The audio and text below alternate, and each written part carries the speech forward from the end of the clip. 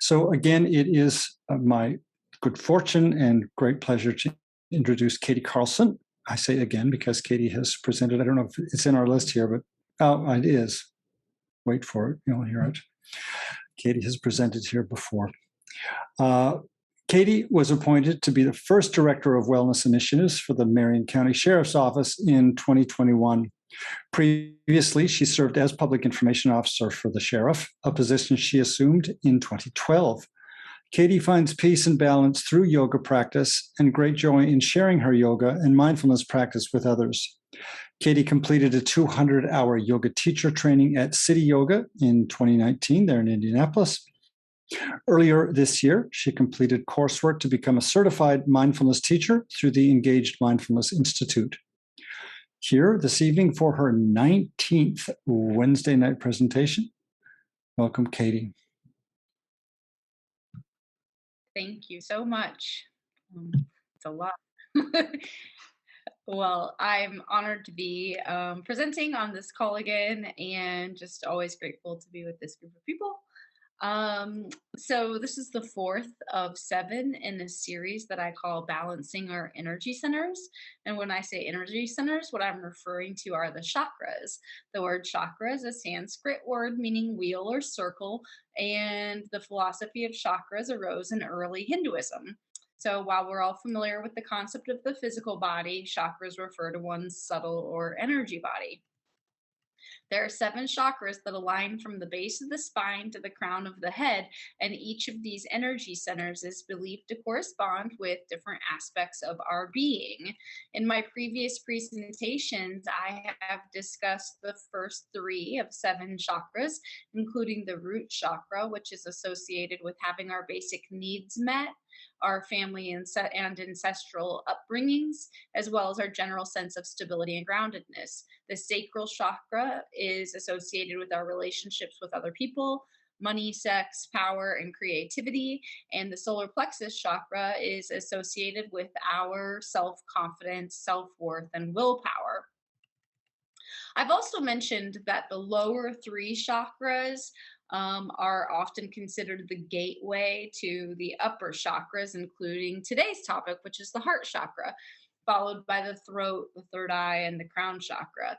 Meaning that if the base chakras and the areas of life that are governed by those chakras are out of balance, it can be more challenging to bring balance to the upper chakras. So if you're new to chakra work, usually those lower 3 are the place to start.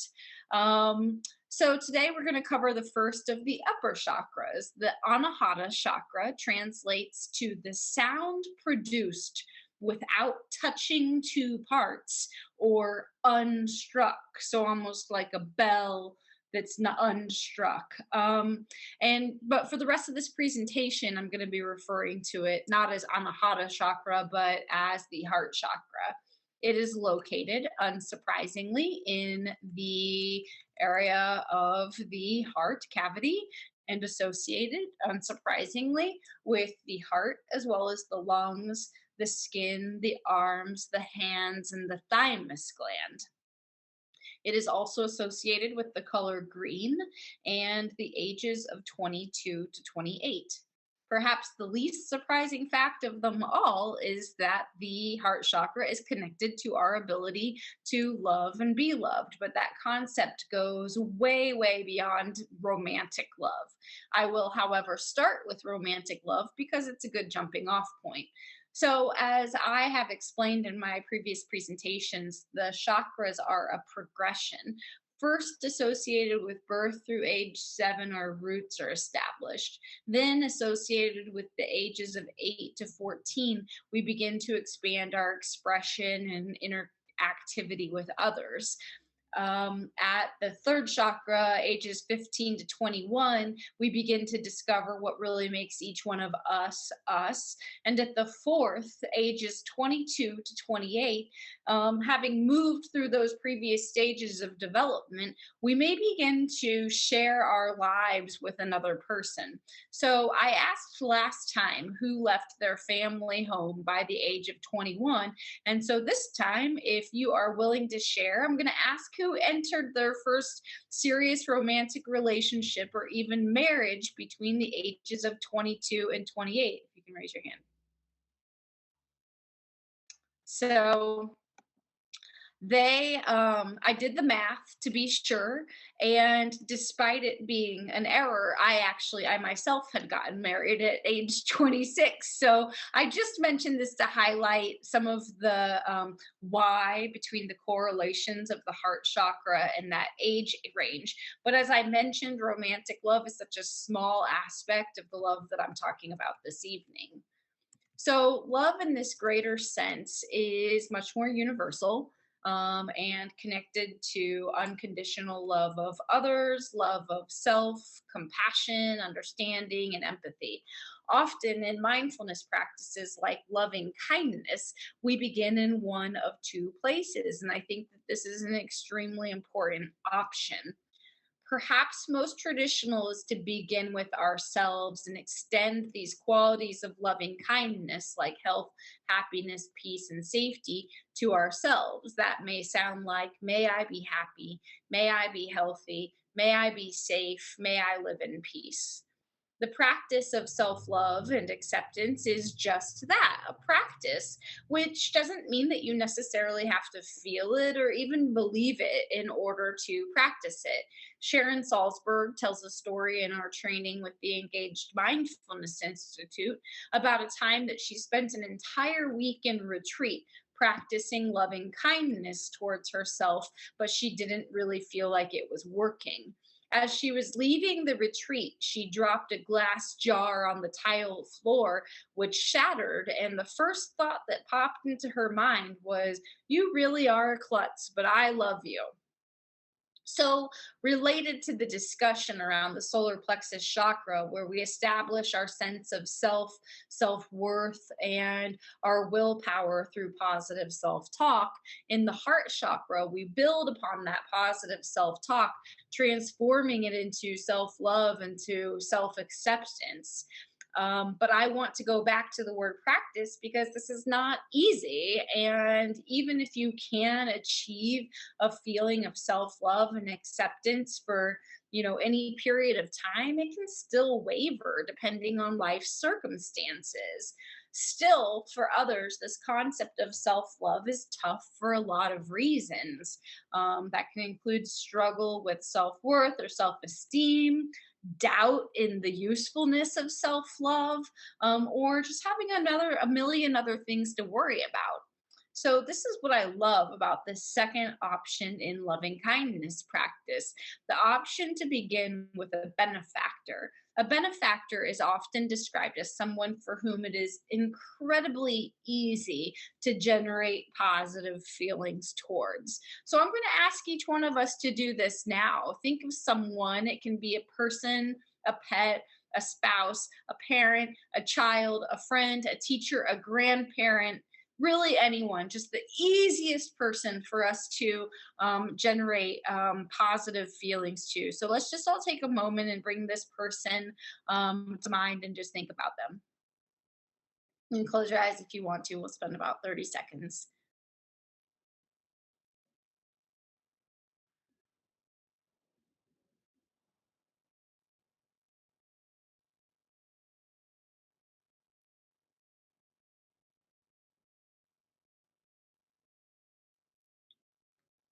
So, is there anyone that'd be willing to share, not necessarily who, although that can be it, but willing to share what it feels like to think about this person, someone who is just the easiest person for you to, love and feel good about. What's that feel like?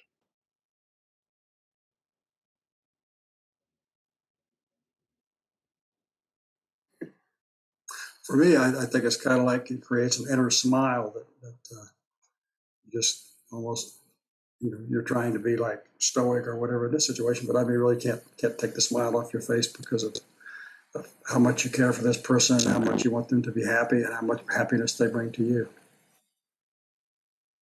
Does that feel similar to other people? An inner smile or warmth? think an inner smile or warmth, yeah. A lightness, I definitely actually kind of feel something warm. Having known this person and kind of reflect that I probably know this person as closely as anyone other than myself. Yeah, so there's some just really strong bond connection and warmth, Yeah. lightness. So it was kind of like that. Yeah. Cool. Thank you. Thank you for sharing those. Um, so I'd be willing to bet that among each of these benefactors that we've considered, that there is mutual unconditional love present. And unconditional love is love without any strings attached. And that's why it's such a powerful option for people or for days or for moments where unconditional self love feels somewhat out of reach. While we may not always be able to access self love, we can access our love for other people. And maybe going back to that warm, light feeling that we get when we think about this person, when we think about our benefactor, that we can think about their love for us. So, while I often speak about balancing the chakras, the heart chakra has a deeper association with balance than the others, which is why I entitled this presentation Giving and Receiving Love. I almost considered leaving the word love out altogether to bring a greater focus on giving and receiving. So, a couple more questions. Who on this call has had a relationship, whether it's romantic, friendship, work, whatever, where they felt like they were the only one putting in effort? Is there any the only one putting in any effort? If you've been in a relationship like that, can you raise your hand? Is there anyone who would be willing to share what it feels like to be in a relationship where you feel like you're the only person putting in effort?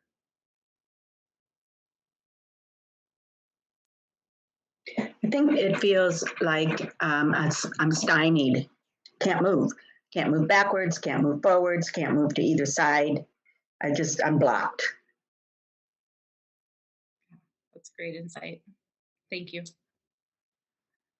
So, um, in that same vein, and a couple more questions, has there anyone on this call who ever feels like they have fallen into a pattern of kind of chronic giving, where you're just giving and giving and giving to someone else, someone else, or to a lot of other people, to organizations, but you just feel like you're giving to a point of exhaustion? Has anyone ever felt that way? I know I have. So maybe this is a me problem. um so anyway, and then there's also, I follow up with that really with, if you've ever, given so much to other people, that you kind of begin to wonder if you'll ever start to be recognized or, rewarded, or, have your efforts in a relationship start to return. So you kind of have to, so this is a topic, and I'll skip this next part. But this is a topic that's been a pretty reoccurring theme for me in therapy for several years now, and thankfully, is an area I've been able to experience some significant and intentional growth. Giving to other people is a sign of having your heart chakra out of balance, as would be taking, and taking. But there's a difference between taking and receiving, and like a mindfulness or loving kindness practice, receptivity, or our ability to receive is also an active practice. So there's a kicker, really, which is that ultimately the giver and the receiver is the same person, and that person is each one of us. And so that's when we're able to tilt the heart chakra back into balance by asking what our needs are and how we can start to resource and nurture ourselves. Because really, nobody else can do this for us, even if they try, because when we give and give and give to somebody else, it feels fruitless, kind of like what you said, Sherry, that you feel a little bit stuck because we can't really help people who aren't willing to help themselves. We can't save people, we can't fix problems for other people. So the heart chakra, when it's in balance, it doesn't just create a capacity for unconditional love, but it also strengthens our capacity to be able to create healthy boundaries in our relationships. More often than not, a lack of healthy boundaries are formed with some of the people who we love the very most. So, despite choosing the topic of chakras to present on, which in itself may seem a little bit woo woo, I usually do my best to pull out the most practical and kind of universal truths from each of these areas. But there's one thing that I want to share that I can't really quantify or justify in any way besides my own faith and experience and practice. And this is when I start to resource myself, when I start to give to myself. If I'm feeling like I've been giving to other people, when I start to give to myself, whatever it is that I need to feel good, to feel healthy, and to feel loved. And this might include rest, it might be play, it might be adventure, it might be connection, it might be creativity, it could be nature, it could be movement, it could be nourishment, it could be therapy, it could be medication, it could be meditation, it could be affirmation, whatever it is that I need. When I start to support myself and give to myself in a way that nobody else is able to support me, that's when I start to notice my own capacity for receptivity beginning to expand. And,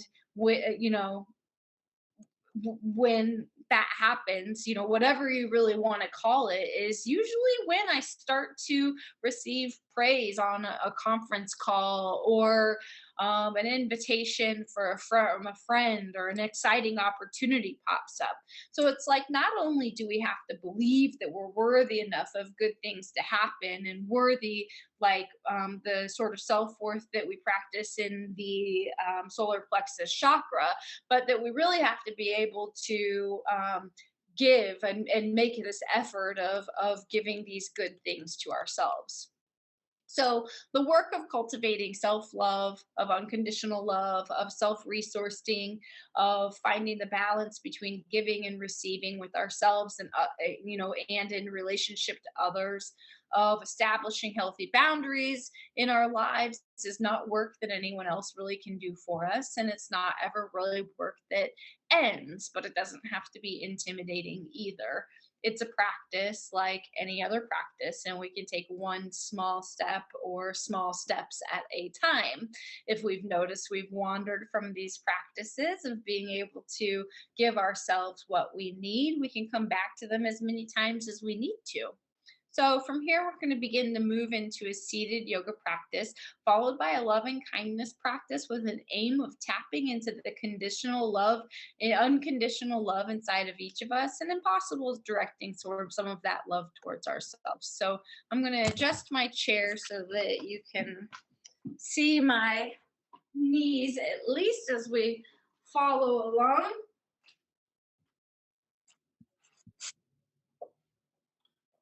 Too low. All right, so we're just going to start to take this comfortable seated position with our feet on the floor, perhaps our hands sitting in our lap. With our yoga practice, we just begin with a seated yoga practice or mindful movement practice. We begin by connecting with our breath. So, like we did at the beginning, just starting to notice our breath. And I'm actually going to have you put, if it's comfortable, put a hand on your heart and a hand on your belly so we can start feeling the expansion and the contraction that comes with each inhale and exhale.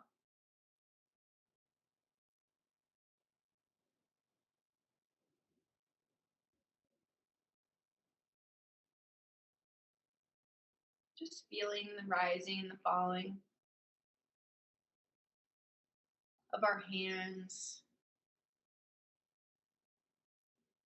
perhaps feeling the beating of our heart with the hand that's on our chest.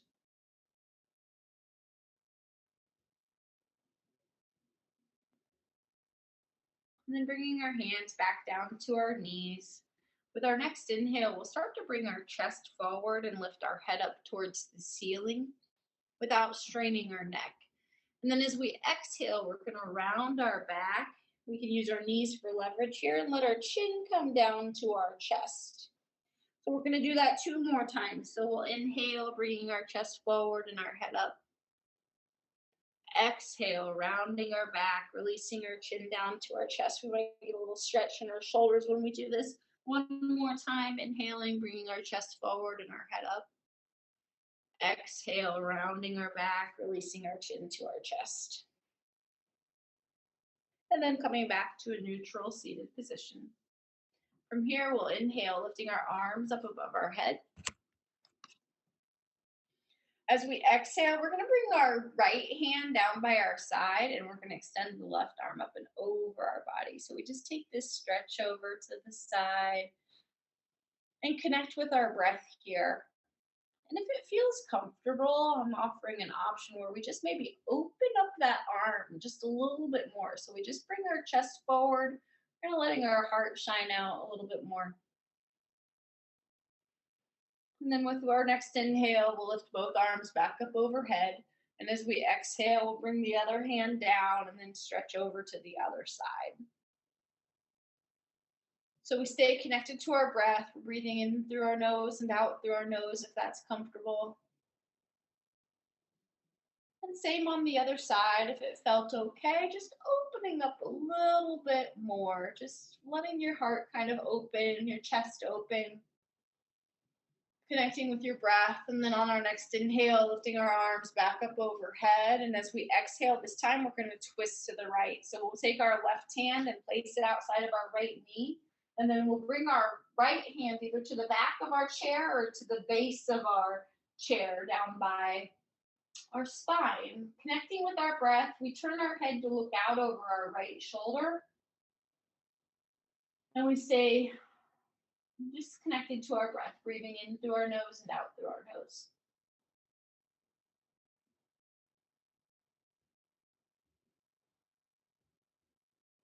With our next inhale, we'll lift our arms back up overhead.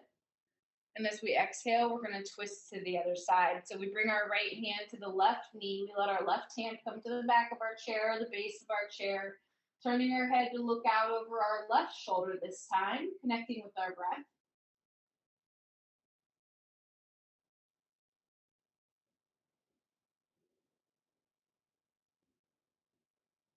With our next inhale, lifting our arms back up overhead. As we exhale, we'll bring our hands back down by our sides. And then 1 more time as we inhale, we're going to lift our arms up. But this time as we exhale, we're going to bring our arms to goalpost arms. So we start to bring our chest forward and let our shoulders come back. So we're getting this little stretch in our shoulders. And we really breathe into this. Taking these full deep breaths in through our nose and out through our nose. On our next exhale, we'll let our hands come all the way back down to our laps. And then from here, we're going to take a few sitting sun salutations. So we'll inhale, lifting our arms up overhead.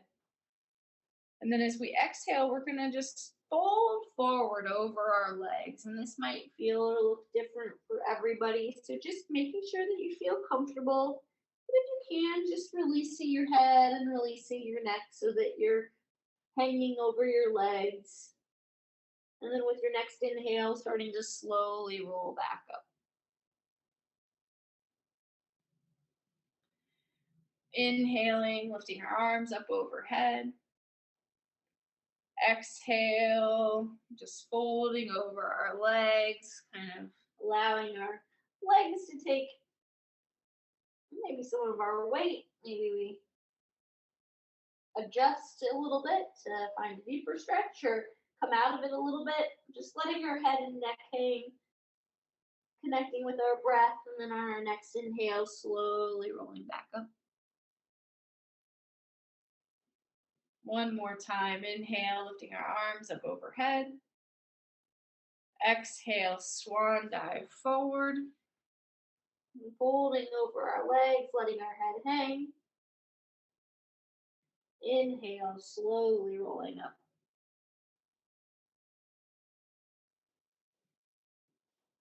So from here, we're going to take our right knee into our chest, and we'll give our right knee a little hug as we make some circles with our right ankle going one direction,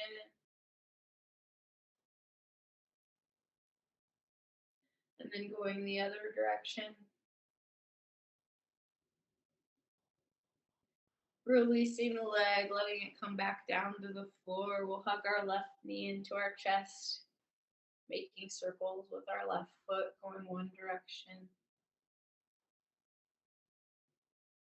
and the other direction.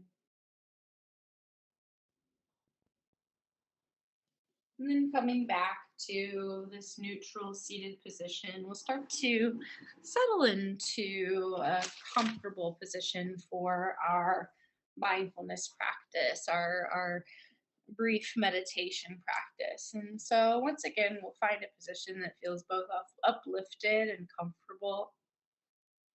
You've got the option to keep your eyes open or keep your eyes closed. If you keep your eyes open, perhaps casting your gaze down or away from a computer screen or bright lights.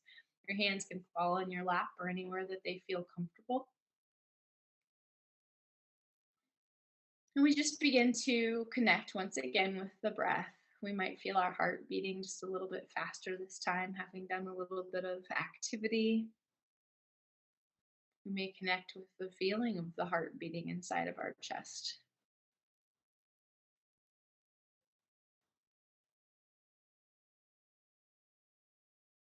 As we connect with the breath, we might start to notice the points of the breath that feel the strongest in our body. That may be the point where the cool air comes in through our nostrils, or our parted lips, or where warm air leaves our body. We might feel our breath the most in the expansion and the contraction of our lungs with each inhale and exhale.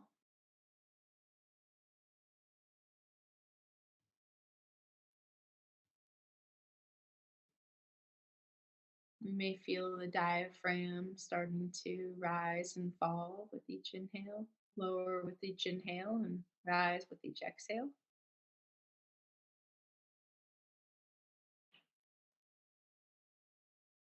And we may be able to get a sense of the full breath, noticing from the point that it enters the body, working its way through our lungs, following the breath out to that point of warmth as it leaves.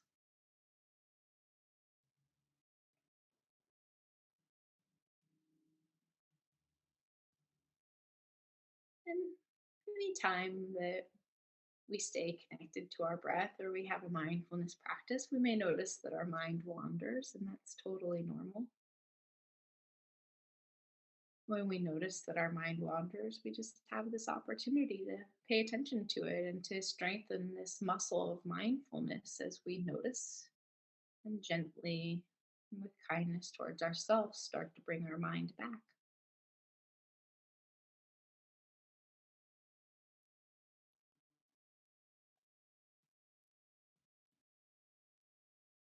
So it's always an option to stay with the breath and the mindfulness practice, but I'm going to start to introduce a loving kindness practice if you feel comfortable following along.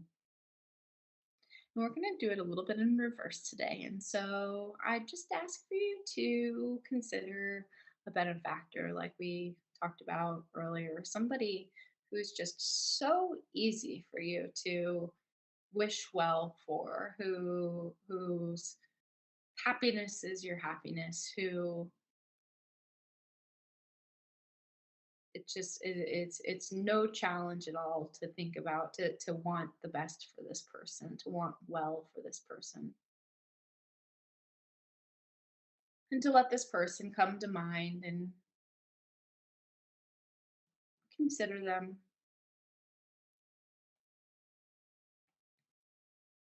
Maybe even considering how we feel when we think about it, just noticing any reaction in our body, any lightness, any warmth.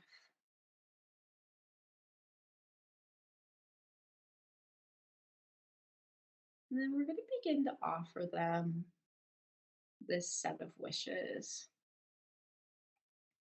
And you can use this wording, or if there's another word that feels more comfortable, more appropriate for you, you can always feel free to use that instead. But we'll begin with wishing for this person that may they be safe. May this person be safe. May they be free from harm.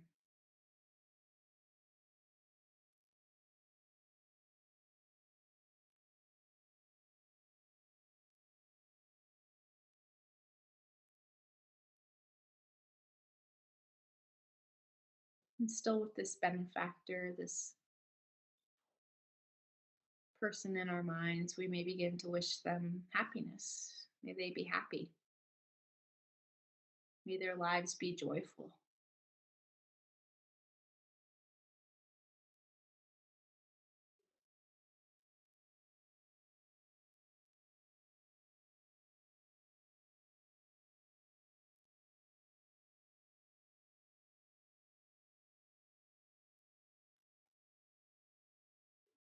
Next, we may wish for this person, this benefactor, may they be healthy.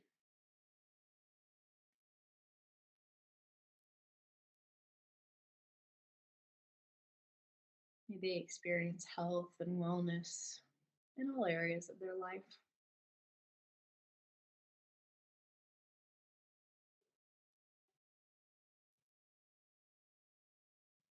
And finally, we may wish for this person, may they live in peace. May they have a peaceful existence.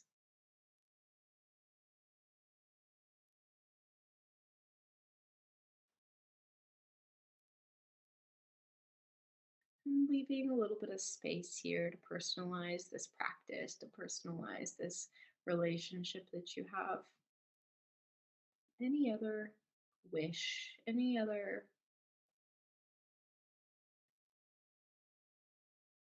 kind of blessing that you wish to bestow upon this person, if something feels appropriate. Just taking a moment to offer that.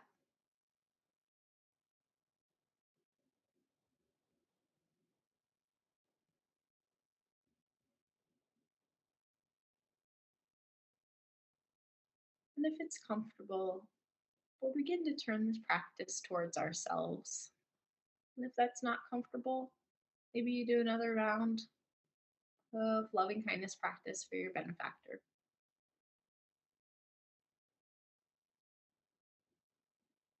Just reconnecting with our breath, reconnecting with our seat, our body here in this chair in this moment. It's just us here, and we may just say, may I be safe. May I be free from harm.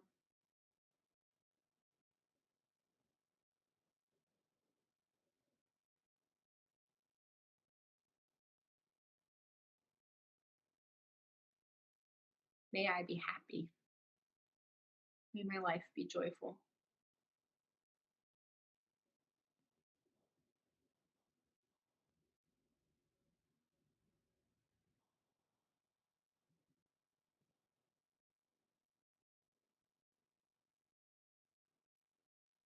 May I be healthy.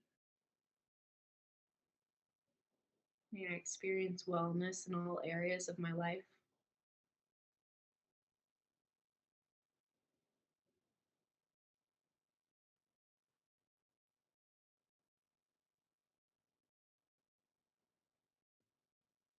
May I live in peace.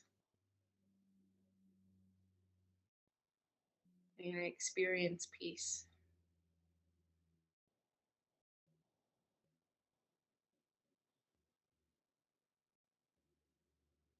And like we did before, just taking a moment to notice, is there any other gift that you can give yourself right now? What do you need?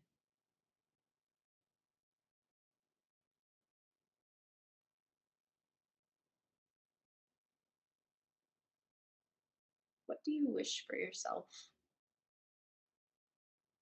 Maybe it's adventure, maybe it's creativity, connection, whatever that is, just taking a moment and giving yourself that well wish.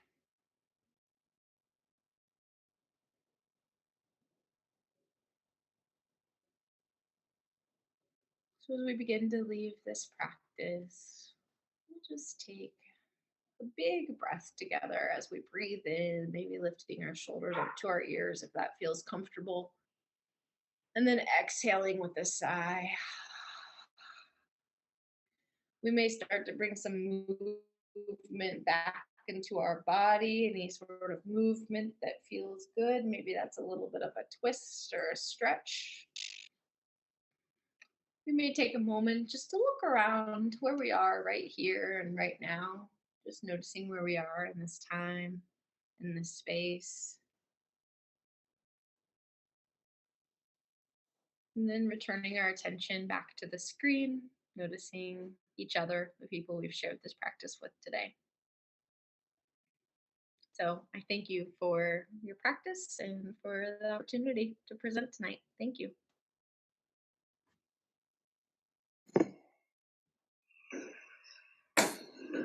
Thank you, Katie. That was totally refreshing. Thank you. Yes, thank you, Katie. Are you open to receiving some comments, some questions? Yes. So please, if anyone here on the call would like to unmute your mic, or you could work with the chat pod, but certainly please feel invited to contribute, question, challenge, offer appreciation.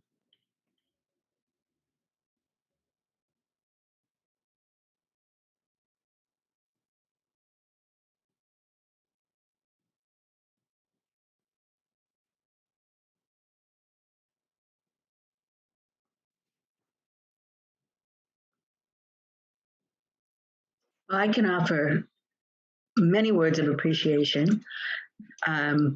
Whenever we talk about self-love and self-compassion, I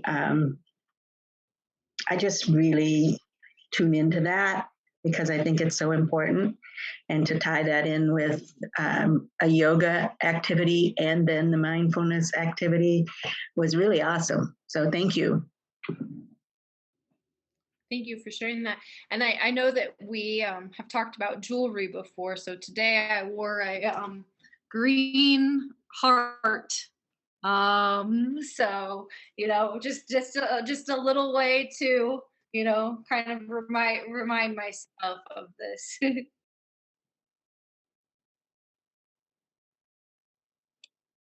Yeah, if I can comment,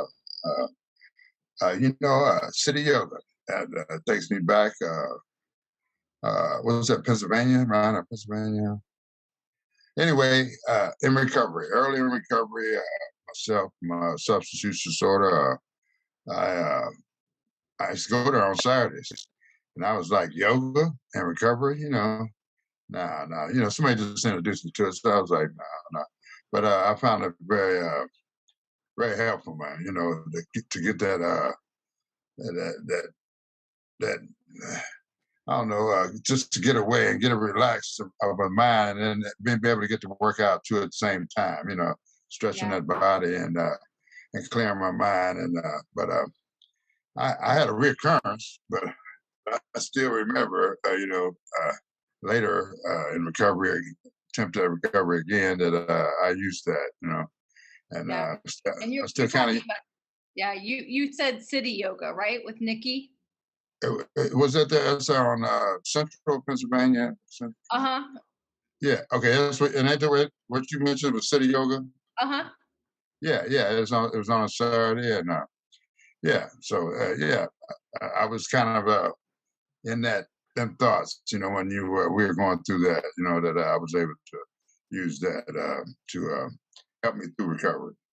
Been a while, so I get busy sometime, but I appreciate y'all letting me in and experience it tonight. Yeah, I'm grateful you were here.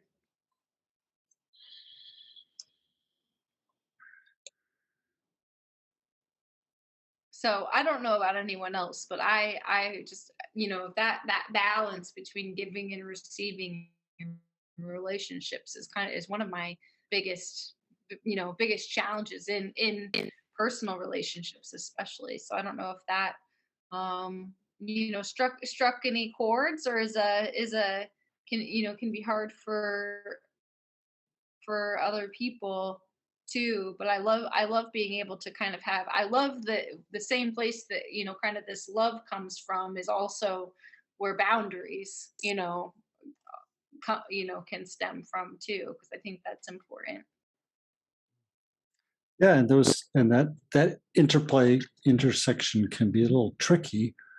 Something that came to mind quite pointedly at one point during your presentation was a time in my life when somebody who was friendly to me was with me when somebody else who was not as close to me, but they offered me some appreciation, right? And I just kind of really knee-jerk reaction said, "Oh, it's nothing." I just kind of blew it off, right? And this person who was closer to me said, this is, you're not allowing them to be generous. This is an opportunity for you to allow them to get over yourself, because somebody's actually having a genuine feeling, right? So that has struck with me. I don't know, it's just sort of the way I was brought up, and my parents came to the Great Depression, and they, whatever that was, it was don't toot your own horn, and it's nothing's that big a deal. And so if somebody says something nice, it's like, oh no. But in fact, to get over that, whatever that is, if it's embarrassment or some sort of self-shame or whatever it is, it's like, think about them and what are they doing? They're actually going out of their way. And you actually spoken about this in a long time ago, something about, you were talking about stealing people's joy. I remember that very clearly as well. But I think there's a parallel here to receiving, right? To sort of maybe just dropping your guard. Maybe it's just being open and willing to hear and receive, and in so doing, allowing somebody else to be generous and actually cultivate. So thank you. That really kind of sparked in me, and it's something that I have to work with regularly and consider. Am I stealing somebody's opportunity to cultivate generosity? Right? Can I just allow them to be generous? In a similar sense, I mean, has anyone else ever been, feeling really busy and crazy, and someone offers to help, and then it's like, oh no, you almost bat away. It'd be more work to give someone to give this to you, or I have to do it myself. I mean, we that it's similar, really, I think too, this sort of holding on and kind of, creating these barriers that people can't get through. But yeah, that's a great example. I had something, I'd kind of meant to include something like that in here, because I mean, that it's right at the center of all of this. And, and it's neat how they kind of wind through each other, all these topics. I think too, the self-compassion part is when someone offers us a compliment or reinforcement, for us to be able to say, yes, I did do good. Yes, I am. I am okay.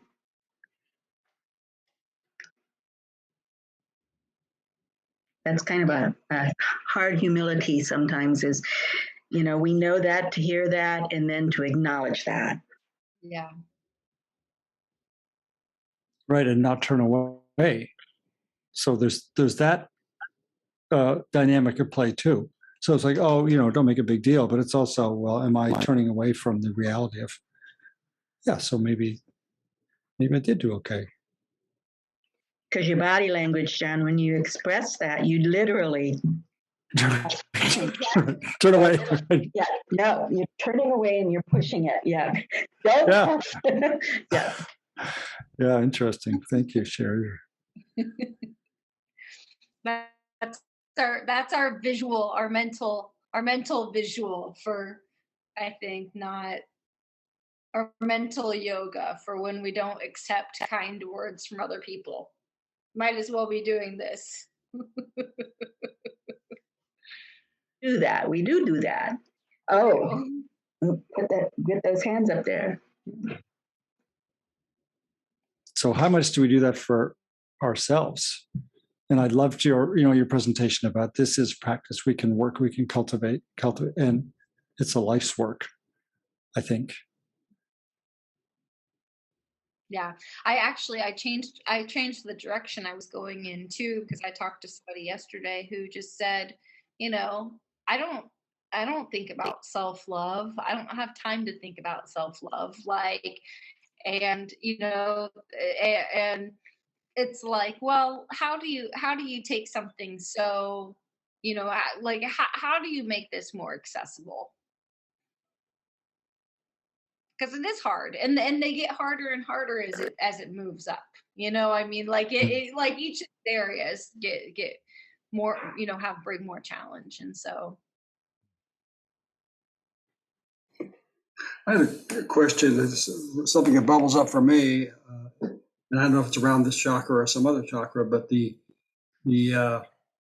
ability to ask for what you need and to encourage people around you to ask for what they need without feeling, vulnerable or not enough or whatever. So, just any thoughts on that?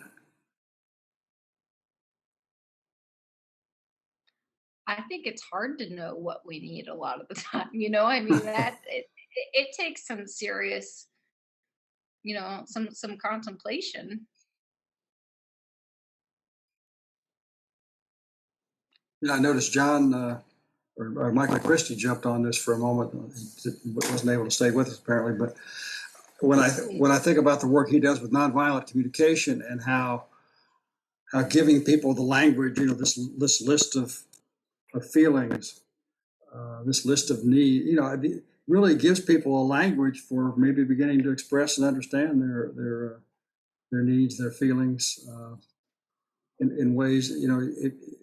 If you have an additional language, then maybe it does open up your ability to get what you need and encourage others to get what they need. Yeah. What would be interesting would be a worksheet with like lots of different stuff where people can kind of, I've seen something like this where you kind of identify your top values by, circling everything and then kind of creating a top 10, the top 10 most important values and stuff like that. But to just have this big list of stuff that, could be helpful. And then just to kind of be able to see, oh, this is something I really like, and this is something I really like, and then so what are these top things, and then if I only had to pick three, what are my three? And one thing I talk a lot in with when I'm training law enforcement officers is tools in your tool belt. So those top three, are your you can kind of have them listed as your go-to. Okay, these are the things that, and we talk about it in peer support too. What is it that makes you feel better when you're not feeling good? What is it that kind of pushes, helps you? And keep that in mind and write it down. Make an effort to do that, and if you've experienced this trauma, You need to do something that's going to feel good and that you enjoy and that's good for you. I have a saying, in recovery. Not only, I deal mainly with substance use disorder, mental health disorder, but then, you know, we all struggle from something, and I emphasize that no matter what it is we're struggling with, recovery is possible.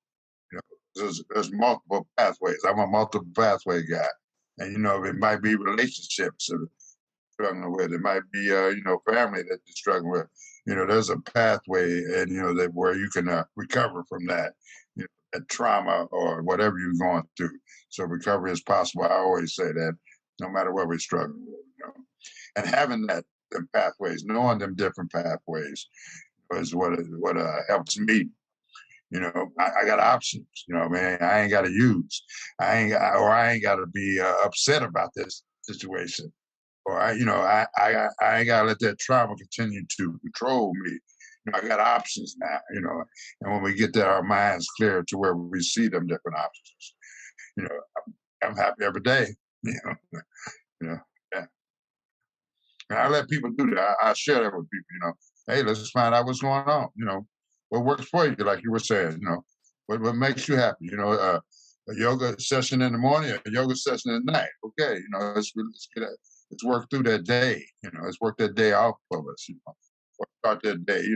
Refresh, oxygen flowing, blood's flowing. Mind's clear. So, yeah. It's recovery month, guys, and we got it. Yeah. That it is. And we will continue with it. So, if you know of people that do the work of recovery, people that need to be recognized, people that need to share and learn from each other, this is a great month to do that. And we'll continue that effort and that theme the rest of the month. Appreciate you joining us, Jamaica. You bring a great deal of experience and wisdom to all this. So. Like I said, I appreciate y'all letting me be here. Because I'm always trying to learn too. Because I don't know it all, man. But and talking with people, different people, sharing with different people, different walks of life and different. Oh man, it's great. It's great. I really appreciate being here, Micah, and please know you're always welcome to join us. Thank you, John. Not just this month, but every month, every Wednesday. You're very welcome to be with us. Okay, that's great to know. Mm-hmm. Yeah, thank you. And Katie, thank you again for your 19th presentation. Your dedication is very much acknowledged and appreciated. Yeah, thank you, Katie. Sherry, nice meeting you too. Thank you for your input and contribution. Yeah. I feel welcome. Yeah. Yeah, I'm glad you feel welcome. Yeah, you're welcome. Glad. Thank you. Hey, everybody, I think it's time to finish her off. So, from everybody here in Indiana and around the country, be well, have a great week, and we'll see you soon.